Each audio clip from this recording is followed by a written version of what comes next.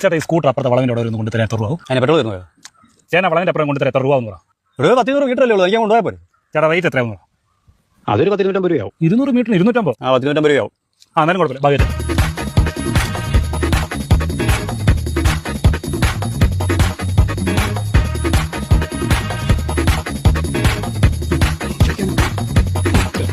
പിടിച്ചോണേ.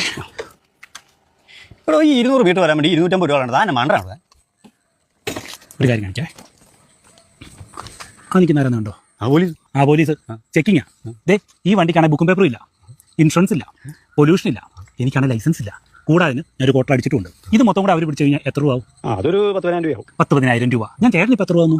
250 രൂപ വന്നു. അതുകൊണ്ട് ഇന്നത്തെ ദിവസം മൊത്തം എൻ്റെ വണ്ടി എടുത്ത് ഈ കിണ്ടിക്കകത്ത് വെച്ചോണ്ട് നടന്നാലും എനിക്കിതിലും കുറച്ചാകുള്ളൂ.